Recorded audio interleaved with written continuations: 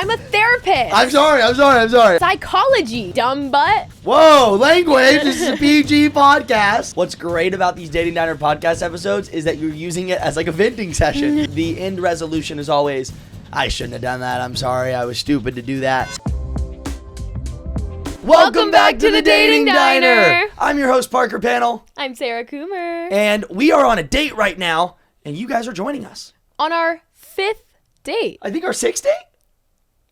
I don't really know. I don't know. Whatever matters is that you guys are here, you're subscribed, and thanks for being a part of the Dating Diner family. We're happy to have you here. Now we're going to start our episode with a very fun game. Sarah, would you like to tell them? This is my favorite game, a game called Siblings or Dating. Dun, dun, dun, dun, dun. It's a very self-explanatory game. We're the king of self-explanatory games here on the Dating Diner. Yes. We're going to pull up a picture, and it's going to be of two people, and we're going to have to try to figure out if we think that they are dating or if they're siblings. So let's start right now. Here, come here. Come here, Sarah. All right, guys, what do you think? Siblings or dating? Siblings! Oh. See, look, we're already 0 for 1. Okay, let's get started. Yeah, let's do it. Here we go, our first couple. That photo looks like AI, in my opinion. You think? They also look so alike. They look whoa. Whoa. They look scarily similar. See, what I'm saying is this game is obviously a trick, and you have to know. And why are they hugging like that? That's my point. The creator of this game is telling us to be fooled, all right? They're going to give us a couple who looks like they're a couple, but they're not actually a couple. And for that reason, I think that they are siblings. They look like siblings because they look alike, and they look like a couple because of the way that they're posing. I'm going to say dating. Okay, final answer. 3. You said siblings? I said siblings. Okay. 2, 1. Siblings! I'm really bad at this game. I knew it. I'm 1 for 1. She's 0 for 1. Okay. Okay, round number 2. Huh. Okay. So she's pregnant. Any brother... Oh. Okay, so there's no way that they're siblings, right? Unless it's like, my sister just announced that she's pregnant. Let's hug her. I think they're siblings. In my opinion, any brother-sister duo that's doing this needs to be checked. Real talk. So you think dating? I'm saying they're dating because I ain't hugging my sister like this. What? Final answer, I'm going siblings. I'm going dating. Okay. No. I said siblings. You said dating. Did I say Oh, yeah. Dating. I think they're siblings. Okay, 3, 2, 1. Dating, yes. I knew it. 2 for 2. It seemed like one of those ones that was like so obvious that it had to be like the wrong answer, but apparently I was wrong. Again, I would be very mad if that couple was not dating. Here we go. Round number 3. It's only getting harder as we go. Okay, they look too stiff and awkward. They must be siblings. They have to be. You know what? I'm going to go with just an easy answer. No discussion. Okay. They're siblings. Siblings, I agree. Siblings. 3, 2, 1. Wow. So I've gotten none right. I've gotten literally all of them 0 for wrong. 3? I've gotten them all wrong. Oh, wow. All right, I'm 2 for 3. They're dating. Huh. They don't look like they like each other. They're probably broken up by now. Yeah. Okay. Next round. Let us know down below in the chat if you think they are siblings or dating. Because it looks like they're at a wedding, my guess is they just got married. I think that they did not just get married because that doesn't look like a groom. He doesn't even have his buttons all the way buttoned to the top. So I'm going to say siblings. Oh, I'm going dating. 3, 2, 1. Yes! Siblings. Your Finally. first one. My first win. Congratulations. My first victory. Okay, final round. Final round. So try to get this one right with all of your might. Siblings or dating? I mean, this is not even, those are siblings. Those men are siblings. I'm going to go with dating. They're not dating. They are siblings. I'm going to go with dating. I could see why they're interested in each other. They clearly both like beer. Oh, wait, no. One's drinking wine. One's drinking beer. They look like so bro. Like they're so brotherly. They are siblings. Nope. Dating. 3, 2, 1. Oh. I knew it. Siblings. Call me a love doctor because I just know. Wow. Great job. How many did you get right? 2. 2 right. And how many did we do? Like 6? Something like that. Jeez, you're not very good at that game. I got the last 2 right. I'm on a roll. Fair enough. Let us know down below in the comment section how many you got right. Now, moving on with the rest of our date at the diner. Sarah, take it away. Well, as I just said, I am a love doctor. And I've done my research recently on the phases of a relationship. The first phase we've all heard about is the honeymoon phase. But I don't know if people realize that, wow, you're really I was thirsty. going down on that milkshake right now. We're at the diner. What else are we supposed to do? This is my one excuse every week to drink milkshakes. Gosh, I hear him just like, I'm like, wow, he's really liking that milkshake. Anyways, I didn't know if everybody knew that there were more phases after the honeymoon phase. I don't think I knew that either. Do you know what they are? Well, I know, so obviously we have the honeymoon phase, which I guess you and I are no longer in. We've aged out. We've aged out of it because we've been together for, what, 2 years and 3 months? 7. Oh. 8. 8? Awkward. So then what stage are we in right now? Well, let's just get right to it. Okay. Oh, you came prepared. Let me take you to school. Oh, no. Welcome to my therapy house. This is called Couples Therapy with Sarah. All right. I am the therapist. Oh. And I'm going to help you figure out which stage of the relationship that you are in. Okay. I'm here for you. You know, this makes sense now. I was wondering why there was a sunglass lens in my bathroom. It's because you took them out of those. No, these are my real glasses, sir. No, because it looks like there's some like super glue on there. Sir. Well, I am a certified therapist with a PhD, and I would not like for you to condescendingly speak to me in this way. Okay. My apologies. Well, please take it away, my therapist. I did not know she was doing this, by the way. Okay. The first phase of the relationship that we have When did you come up with this idea? is I'm a therapist. I'm sorry. I mean, I learned this idea when I was taking my PhD classes at Harvard. Oh, Thank really? you. And what was your PhD in? Psychology, dumb butt. Oh, whoa, language. This is a PG podcast. Okay. Okay. Phase 1, the honeymoon phase. All right. The honeymoon phase is taking place in a relationship up to 6 months after you start dating. Interesting. In the honeymoon phase. It's so hard to take you seriously in those glasses. I'm sorry. I didn't mean to say that. I'm sorry. You have the twinkle in your eye. You see the world through these rose-colored glasses. You see each other through rose-colored glasses. Do you know what that means? Who says rose-colored glasses? You clearly didn't go to college. Well, I'm just saying, based off of what you just said, it would make the most sense to say heart-colored glasses. No, it's rose-colored glasses. It's it's heart, a saying. because you're in love, so it covered in heart. Continue, therapist. Seeing somebody through rose-colored glasses means that you can't see their flaws. You only see the good things in them. There's nothing wrong with them. You're both on your best behavior in the honeymoon phase because you want to put off this impression that I'm amazing during the honeymoon phase, which is why you can't see each other's flaws. And you understand each other on a very surface level, but you feel as though you understand each other very deeply, but you don't. And you ignore each other's red flags. I want to know from you, since you are my client, do you feel like this is the phase of your relationship that you're in? Is this like a test or something? No, you're my client. You came to me for help. I'm trying to understand you. So do you feel like this is the phase that you're in? I've never been in a therapy session before, so that's why I'm struggling. But I think, no, we are no longer in the honeymoon phase. Okay. I agree. Because we've made it past 6 months and... Wait, I'm dating my therapist? Yes. I thought you were my... What sort of role play is this? So what red flags do you think that you ignored in me while we were in the honeymoon phase? I mean, there's so many, so it's kind of hard. I'm kidding. There's really not much, so got to think about it for a second. But you're a very emotional person, which there's nothing wrong with that.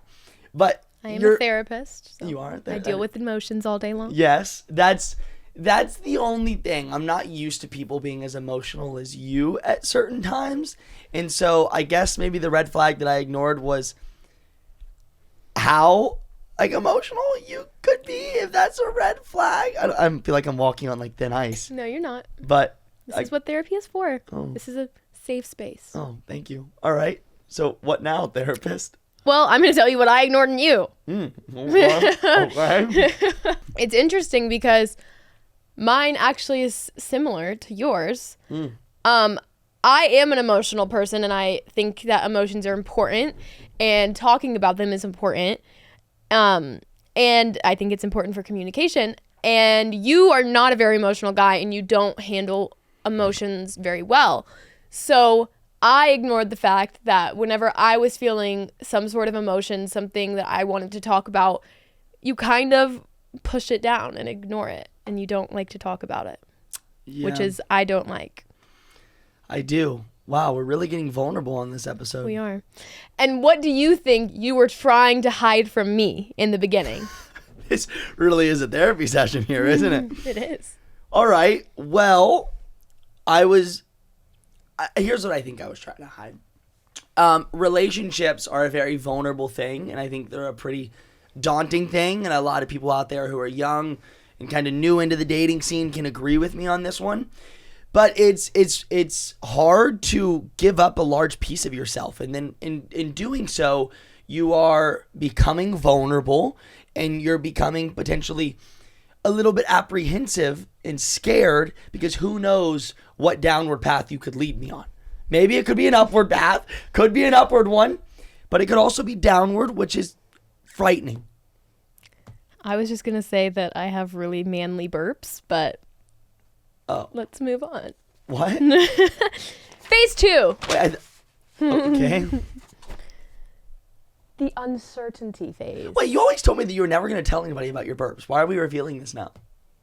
The uncertainty phase. Okay. The uncertainty phase takes place from 6 months to 2 years. During the uncertainty phase, you no longer have those rose-colored glasses. Consider them gone. Wow. You start recognizing the little things that really just irk you. They annoy you. You are no longer perfect in your significant other's eyes. No longer perfect. Flaws are uncovered. Oh, that's really interesting. That may make you question the relationship. The conflict is still very mild. Nothing truly deep. And you're not really talking about serious issues yet. What were the little flaws that you think you started recognizing in me during the uncertainty phase? Oh, boy. This time I actually do have a few. And I can just go down the list. Let me pull out my... Why do you act like you hate me? Well, let me just pull out my journal. Is there some deeper-rooted issues that you need to talk about? No, I just have a journal here of all your different flaws. I'm kidding. I'm not holding grudges like that. I'm kidding. But I do have a few. Okay, go ahead. All right, starting down the list. Number 1, because I feel like, are we in the uncertainty phase? Now remember, 6 months to 2 years, okay? We were still long distance for this entire phase. But I feel like maybe we're kind of still in the uncertainty phase. No? Okay, well then I'm not sure why I have all of these. Because this is... Wait, you're questioning our relationship? No, I'm not. No, I'm very certain, but I just have things, all right? Let's just go ahead and get into them. Let's get into them. Okay, go. All right, drama-free podcast. Remember, also, this is from 6 months to 2 years. I get what you're saying now. So it took me a second to realize it. So maybe I don't have a large list yet. I'll share that with you later in the episode. But the 6 months to 2 years, what were those things? Maybe you called me a lot. There was a lot of phone calls, and I won't lie, there was many times where I would just silence it and be like, oh, I'll call her later. Okay. No, this is a safe space. I'm sorry. Listen, I'm sorry. Here, no, we can have a quick hug. Okay. Quick hug. Yeah, it's okay. It's all good. Yeah, and I'd say that's probably the number one thing. What about you? I started to realize how type B you are, in the sense that, like... Wait, what does that mean? There's type A, type B. Type A is very organized, put together, on top of everything. Type B is a little bit more scattered, a little bit more fly by the seat of your pants. And you were very type B in a way that, like, if I was with you, we were going somewhere, we're always late. Always late. That bothered me. I was like, wow, okay, it's really hard to get out the door. Number 2 was that you would miss your flights. Like, you would be coming to see me, and you would completely miss your flights. On my birthday, you missed your flight and, like, didn't come for my birthday. So I started to realize you were very, very type B, and that definitely annoyed me. You know, I really hate that you took notes on this earlier because you're sitting there thinking about all Actually, these no, I different just things. came with that off the top of my head. So I guess my question for you, therapist, is why were you suppressing all of these things during that time? Suppressing what? Like, you never told me that back in those I'm phases. glad you asked. Oh, Here's how to navigate phase 2. okay. Is to not start arguments over these small things. Because the truth is, bigger conflicts are going to arise as the phases of the relationship continue to unfold. And it's not worth starting over arguments over the little things. So don't overthink. Don't start arguments over these little things. And my number 1 tip for navigating phase 2 is do not tell your friends the things that drive you crazy about your significant other, because you get to see all the great parts of your significant other. You get to see how sweet they are, how loving they are, how they make you feel, and your friends don't see that. So if all you do is go to your friends and say, oh my gosh, Parker is so annoying, he missed his flight again, he is not prioritizing getting here to me, your friends are gonna hate your significant other. Fair enough. Sarah's probably loving this right now because she's finally getting a chance where I'll listen to you rant about certain things that I do, and I agree. I'm asking you to say them to me. I'm not ranting. You're right. Sorry. I'm new to therapy, but I couldn't agree with you anymore. You are completely right in terms of, like, don't tell your friends. The friends are not involved in your relationship. It's your relationship, not their relationship. Period. Okay. Phase 3 Oh, paper. All right. of the relationship. Okay, continue. The adjustment phase. The adjustment phase takes place after 2 years of a relationship. During the adjustment phase, you've made it through uncertainty. You're faced with deeper and more serious conflicts that are harder to navigate, including morals, religion, life goals, etc. You're navigating the deeper issues to see if you have a future together. Both ends have a desire to work through these challenges together. Are you listening? Yeah. But you're figuring out your long-term potential. Okay. Sorry, I'm just not very good at therapy. Like, that's why I'm a little all over the place right now, because this is so new to me. But yes, would you say that we are in that phase? That's what I was going to ask you. Oh. I would say yes. Ish. Then what other phase is there? Well, we're not moving on yet. Okay, I'm just wondering because you're asking me if we're in that phase. I'm like, okay, is there another option? I think we're in the next phase. But I think there are parts of us that are still in this phase, like navigating the deeper issues. Okay. What do you think some of those issues are? I think, yeah, we're probably in the adjustment phase. I'm so excited to hear what you No, I'm think. asking you. What do you think those deeper rooted issues are? Deeper rooted issues. Man, you guys are really getting the tea on the Dating Diner podcast. The deeper rooted issues. Mom, I'm sorry. I think one of the issues is I know, like you said earlier in the episode, I'm not a very emotional person, and I have a very hard time showing my emotions to you and being vulnerable. Since what I said earlier in the episode, where that's what I have done in the beginning of our relationship, where I kind of put up a wall, I feel like that wall is still kind of up. And one of my goals this year is to really showcase to Sarah how much I care for her and how much I love her, because I know that we'll get into certain, like, arguments and she'll be like, do you even care? And I do care. I promise deep down I do care, but I just have a very, bad way of showing it, and that's why it's one of my goals that I want to do a better job of showing it to you. I'm really glad you shared that with me. Yeah. That's really special. It feels so weird saying that in front of like 3 different cameras. I think it's really special that you shared that. Thank you for opening your heart in that way. Yeah, you're welcome. I think one of mine... Oh. Wait, I'm not the therapist right now. Oh, okay. I'm me. Okay. I think my deeper rooted issue, and I think I've worked on it a lot, is jealousy.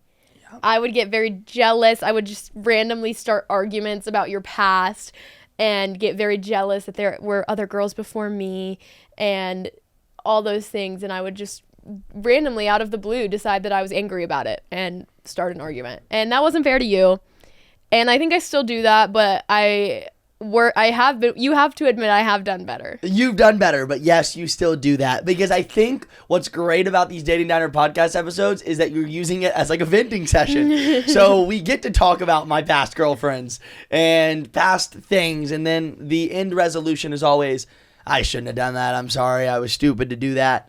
And so that's probably why you've gotten a little bit better. I still am working on it, which is why I think we are still partially in the adjustment phase. It's not fully resolved, but I think we're both a work in progress. I agree. Now, please, Miss Therapist Coomer, tell me, what is the next phase? The next phase of the relationship.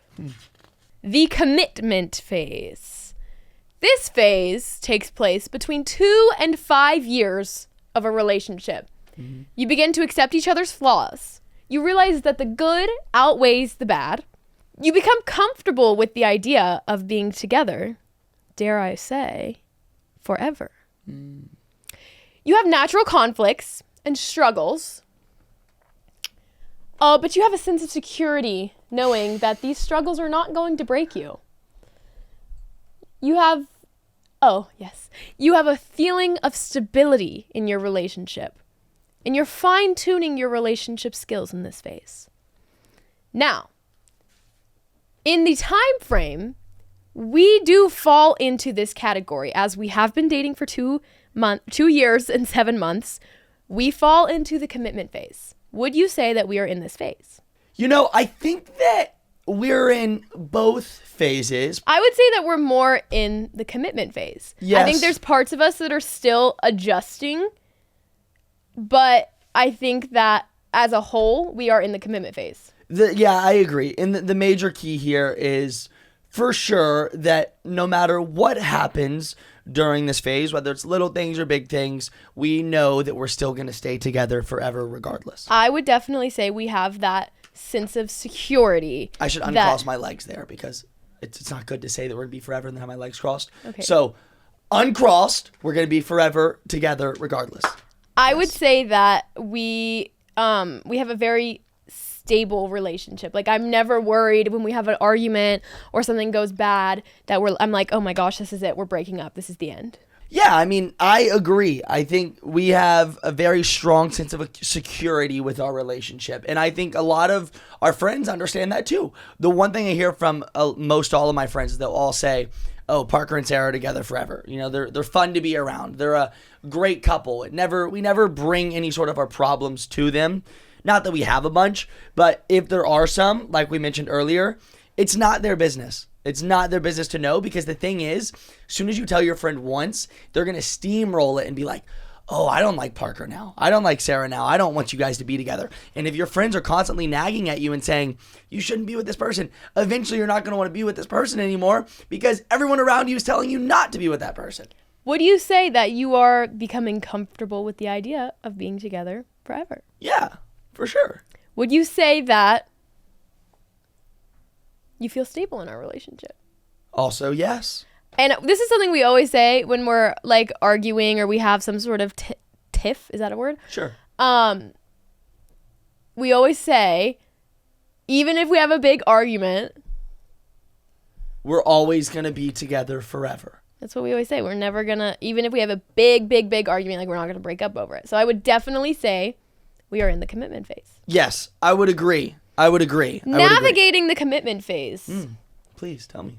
This is when you really need to hone in on your communication skills. And we had a experience with just the other day. We had a reoccurring fight that kept happening over and over and over and over for months. Reoccurring for so long. And we finally had a breaking point. We had a huge fight over it.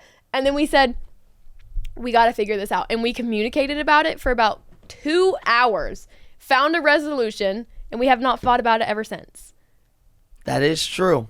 Because you have to communicate so hard during this phase. You have to communicate like your life depends on it, because your relationship does. Sarah's better at communicating than I am, which is funny because like on the podcast, you'll see that I like to talk a lot for sure. But when it comes down to like the nitty gritty, like details and the things that make you go, Sarah's better at that. Communicating is very, very, very important, especially in the commitment phase. It is important. Well, my question for you, Sarah, is that the end of our therapy session? Absolutely not. There's another phase. What? Literally speaking, what else could there be? Phase 5. Okay. The final stage. Sure. The acceptance phase. Oh, all right. The acceptance phase comes at the 5-year plus mark. During the acceptance phase, you've gotten through all the obstacles together, and that gives you a sense of security that brings you closer together than ever. It's the optimal stage for couples. You're experiencing a level of closeness that's irreplaceable and reassuring of relationship security. You're very grateful for your relationship. This is the phase where people tend to start saying, my partner is my best friend. You have a full understanding of each other by this point. And it can become painful during this phase because the thought of losing this relationship can be very scary.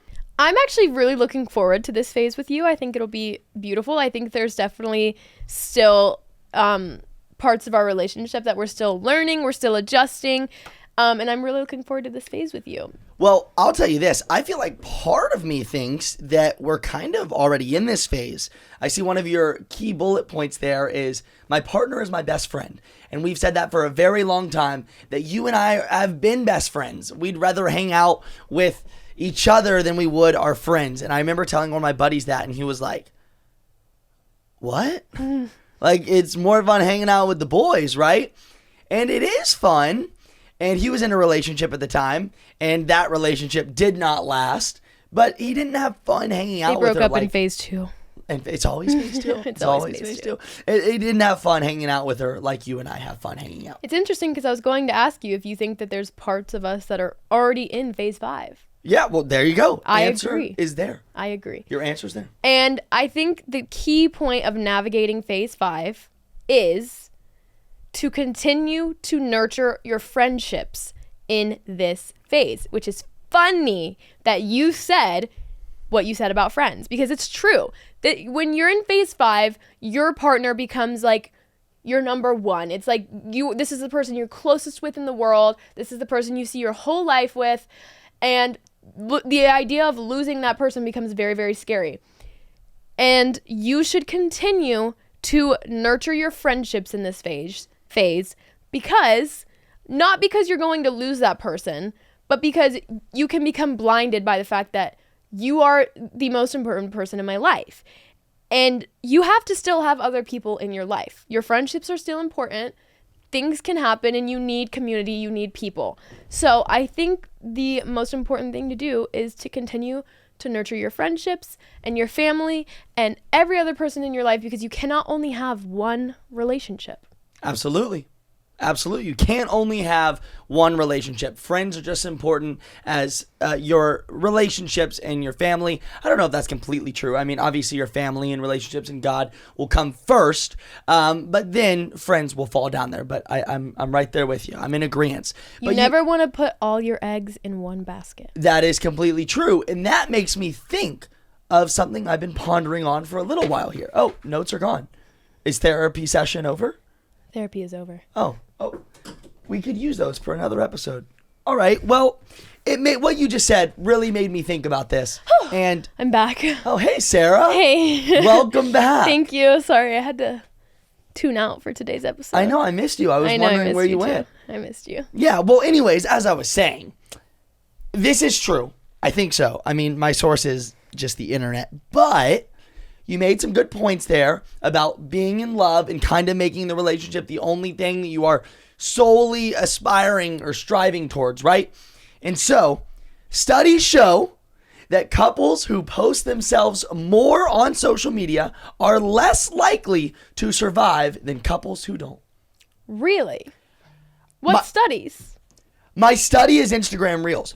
But the reason why that's important, is because every single couple that I know who literally drops a giant paragraph in the chat, huge. We're not talking like a baby one because you've done like a couple sentences and that's okay. But when I see a full-on paragraph with like double spaced. 12-point font, times New Roman. That's how you know that couple's not lasting. Yeah.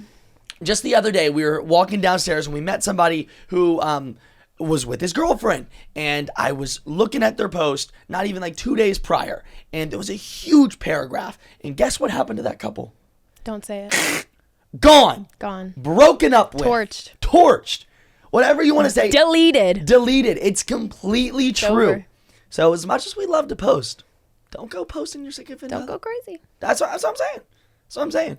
People are going to go through our post right now and they're going to be like, he does this all the time. Yes, but we're the exception. Well, I think this wonderful episode has come to the time of our favorite time of the day. The Dating Diner Hotline. Do, do, do, do, do, do.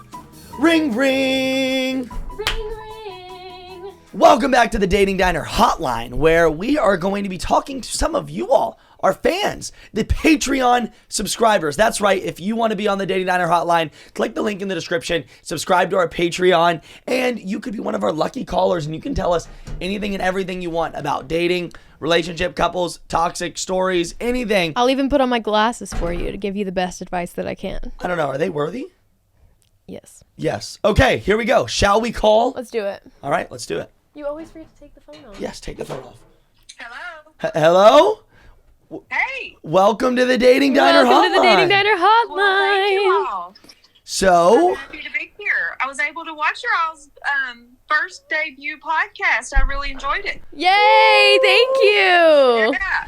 thank you, and thanks for being a fan. So we heard that you have a crazy dating story that you want to share with us. Well, I do. I was inspired by your last caller, and I thought, well, I'll share my story. So this kind of goes back to when I was in college several years ago. We won't mention ages going on right now. And I would say I was dating this guy. It was kind of hot and cold. It wasn't anything terribly serious, but there was still potential. So at some point we sort of went. It looked like we were going to be going our separate ways, and I would say that we kind of broke up if we were actually a thing. Okay. Well, it wasn't much later, maybe the next couple of days later, I was walking home from class, and this jerk, this guy that I thought maybe was a flame, he chased me down with his car in an alley and tried to run over me. What? Oh. I'm kind of scooting over against, getting out of the road, out of the sidewalk. Eventually, I'm kind of up against this fence. And honestly, it was just too high. I couldn't get over it.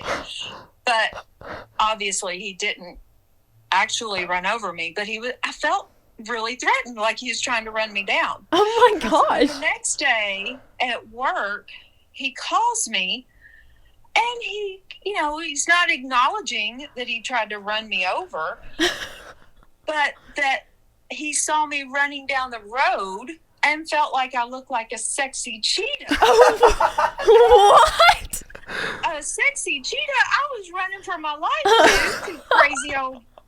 well, it's a show, so I'm just going to leave it laying right there. Oh, my goodness. In my mind as a crazy dating story. I've never heard a story like this before. Right? Sexy cheetah running down the road. I don't know how you pull that from your mind. I don't know where that comes from, but that's sickening. So let me guess, long story short, you are now married to this man with 3 kids. Absolutely not. Okay. Just checking. I like I said, I ran for my life and I never looked back. Once he called me the next day, he's lucky I didn't call the police. Yeah. Because he was a threat. Wow. All right. That is one heck You of a took the story. cake. I think that's our Yeah. craziest call yet. Oh, well, good. Have you ever played Two Truths and a Lie? Oh, I bet you win every time. Always gets on my story when I'm trying to win Two Truths and a Lie. 'Cause I no one believe thinks it. This is true. Well, thanks for joining us on the Dating Diner Hotline. All right. Good luck, guys. Thanks. See ya. Bye. Wow. What a story. A sexy cheetah is crazy. I mean, I'm actually in disbelief, but we really hope that you all enjoyed this episode because we had a lot of fun filming it. I had a lot of fun. Thanks for coming to therapy. Yeah, thanks for coming to the Dating Diner, and we will see you all next week. Friday. Oh, next Friday. Friday, 10 a.m. Pacific Standard Time. That's 1 o'clock Eastern Standard Time. We'll see you then. Subscribe to our Patreon if you want to be on the hotline. See you later. Bye. Peace.